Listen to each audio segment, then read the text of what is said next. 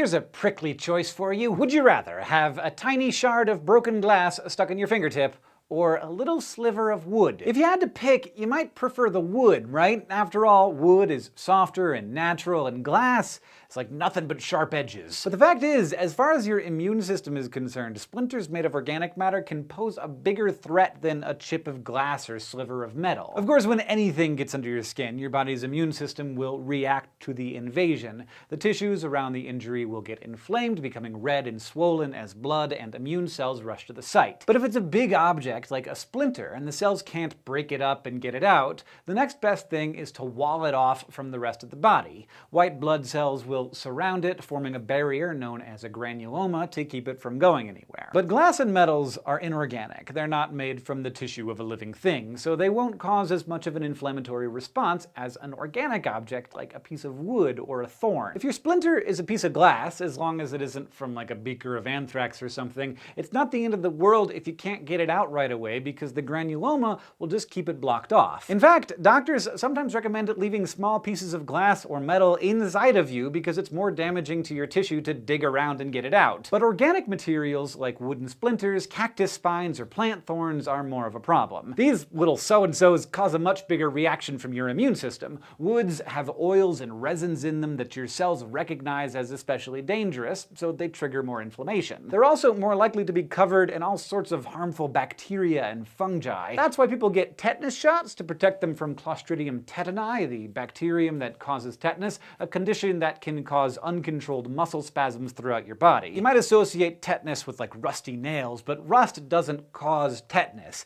It just gives the bacteria a nice home to live in. Organic matter like soil and feces can also harbor the bacteria, so if your skin is punctured by anything that's been contaminated with it, it'll make you sick. Another disease, sporotrichosis, more commonly called rose gardener's disease, is caused by a fungus that lives on rose thorns and can produce painful sores on your skin. In cases like these, more and more white blood cells will join the granuloma around the splinter to try to fight off the infection. And in some cases, the granuloma will get so big they have to be surgically removed. So sure, having a sliver of broken glass or a metal shaving under your skin can be incredibly painful and gross, but it turns out that splinters made of wood might be more dangerous in the long run. Every rose has its thorn, but some of them have fungi that will make you sick. Thank you for asking, and thanks especially to all of our patrons on Patreon who keep these answers coming. If you would like to submit questions to be answered, you can go to patreon.com/scishow, and don't forget to go to youtube.com/scishow and subscribe to us.